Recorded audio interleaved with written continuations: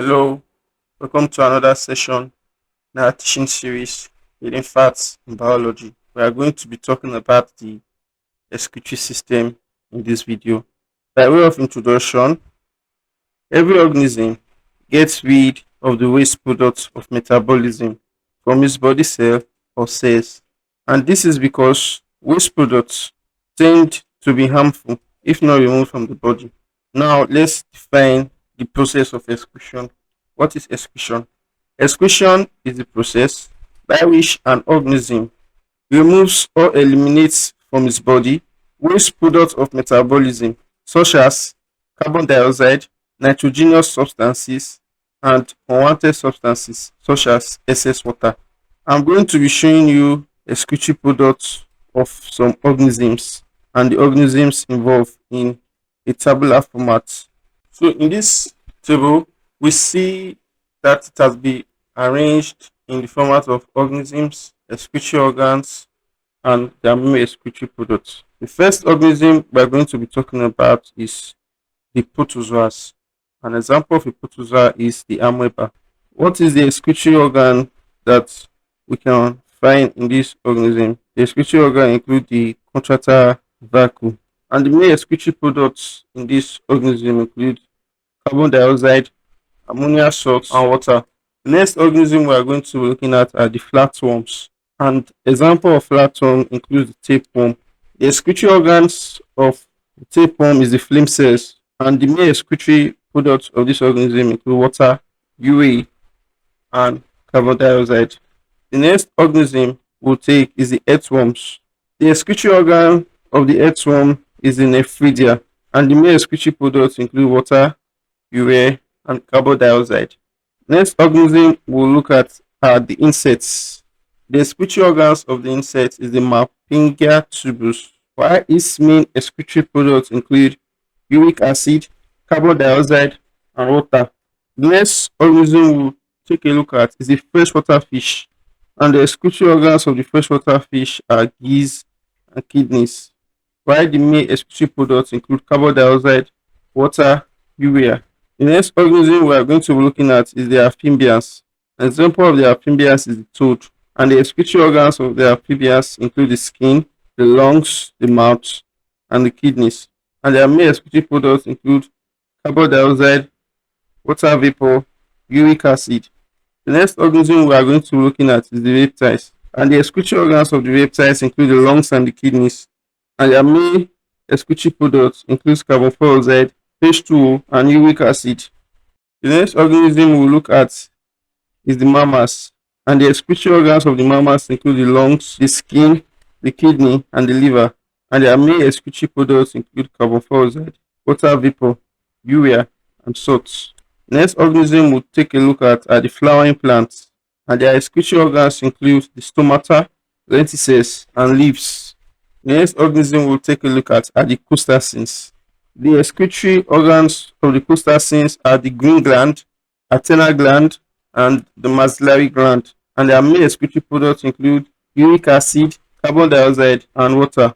Having a look at the excretory organs and excretory products of some organisms, we'll be taking a look at the different mechanism of excretion in some organisms also.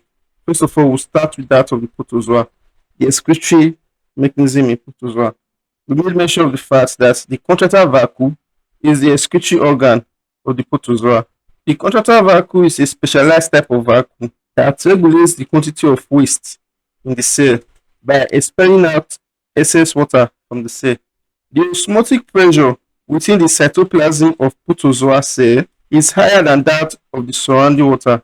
Water from the surrounding flows through the semi-permeable membrane of their cell into the cytoplasm, which expels water when it gets to maximum size by contracting.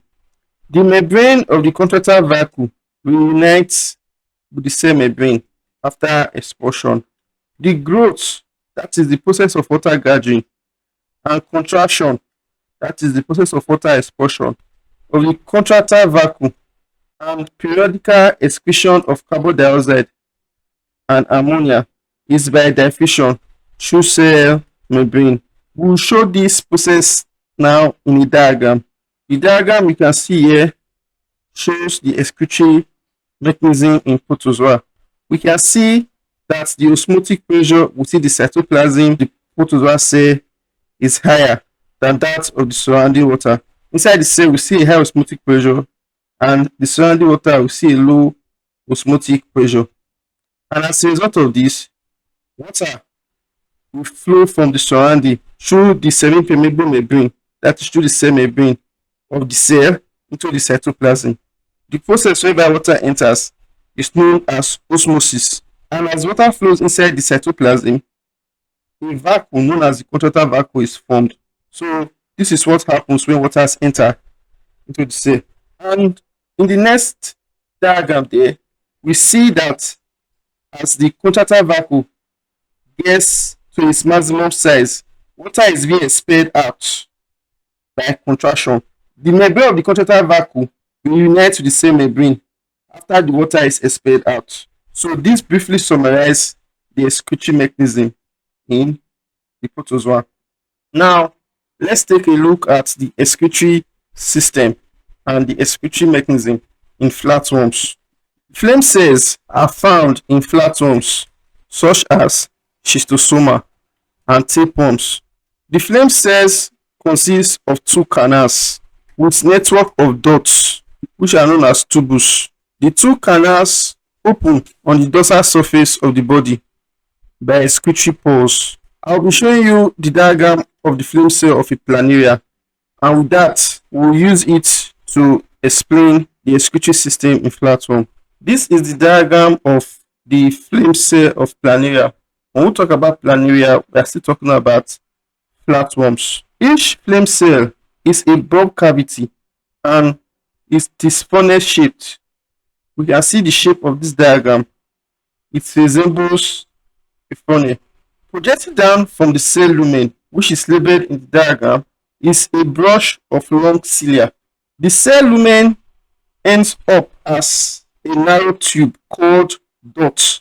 So that is the excretory dot there. The beating of the cilia resembles a flame. That is why the name of the excretory organ is called the flame cell. Now, how does flame cell remove waste from flatworms? Flame cells remove waste from flatworms through filtration in the manner similar to the kidney in mammals. Having looked at the excretory system in flatworms, which is also known as the planaria, we are going to be talking about the excretory mechanism in earthworm. What are the main waste materials in earthworm? The main waste materials in earthworm are carbon dioxide and nitrogen waste. What then is the excretory organ of the earthworm? The excretory organ of the earthworm is the nephridium. In plural, it is known as the nephridia. The nephridia are present in each segment of the earthworm body, except for the first three and the last segment. All nephridia have the same plan, with each consisting of 5 portions, namely the nephrostome, the narrow tube, the middle tube, the white tube, and the muscular tube. The nephrostome, which is ciliated and funnel shaped, leads to the exterior through an opening called the nephridiopore. Each nephrostome is situated in the body cavity of one segment, while the rest squared parts of the nephridia are located in the body cavity of the segment behind it. A fluid known as the coelomic fluid, which contains useful materials like glucose and waste material, are drawn along the nephridia tube by the beating action of the cilia. Useful materials are reabsorbed by the walls of the nephridia tubes as they are well supplied by blood capillaries. The unabsorbed waste substances are collected as urine in the muscular bladder, where they are stored temporarily before it is discharged to the exterior through the nephridiopore. Carbon dioxide is excreted from the body by diffusion through the moist body surface.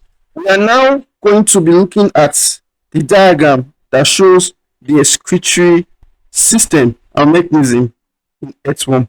So this diagram shows the structure of the nephridium of the earthworm.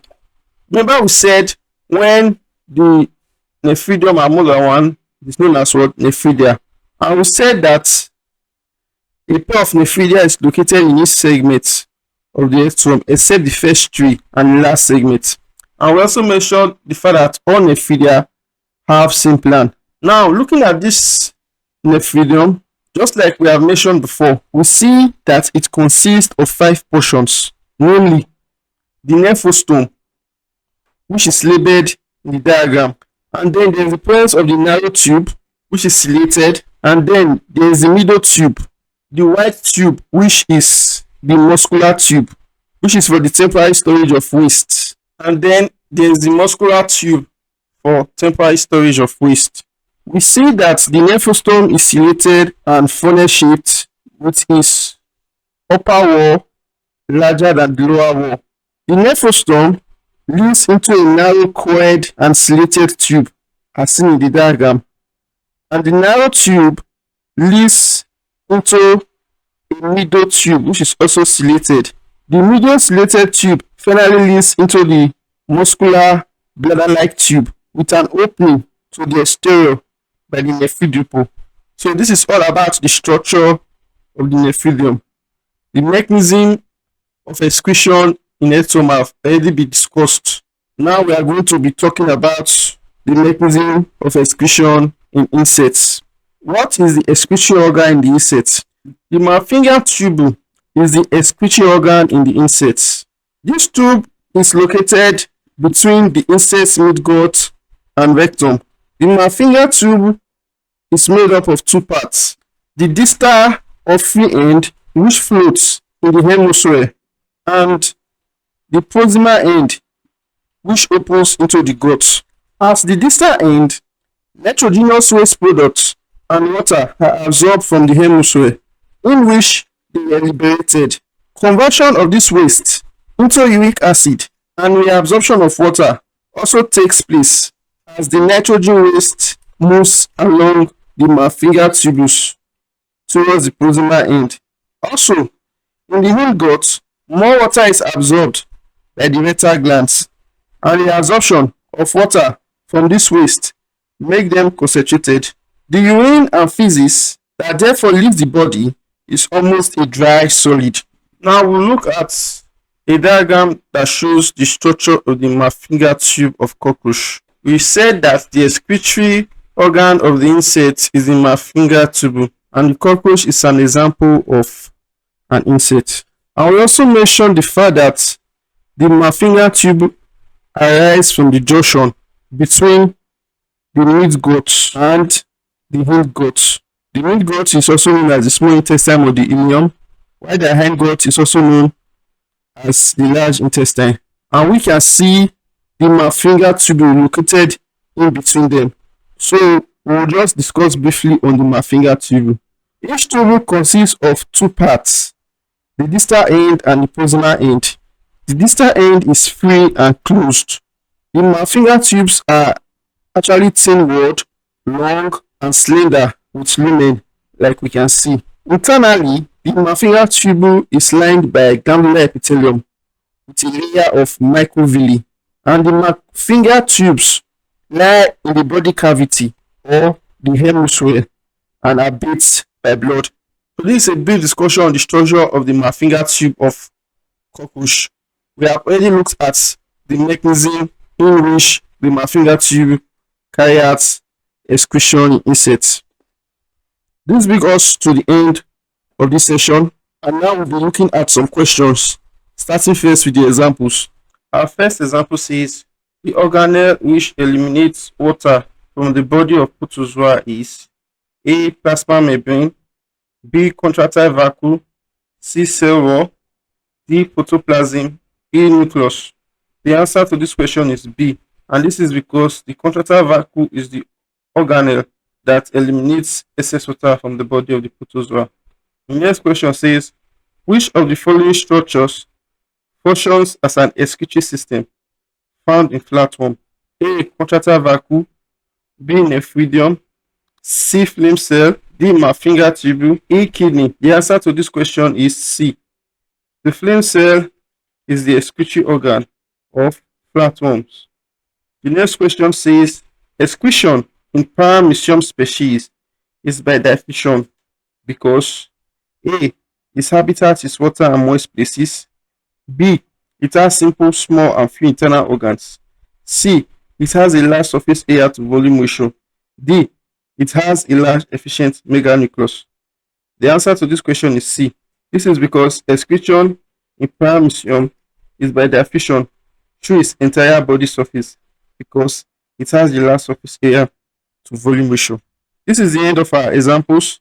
Now we'll be taking some exercises. These exercises are taken from our textbook Hidden Facts in Biology in pages 179.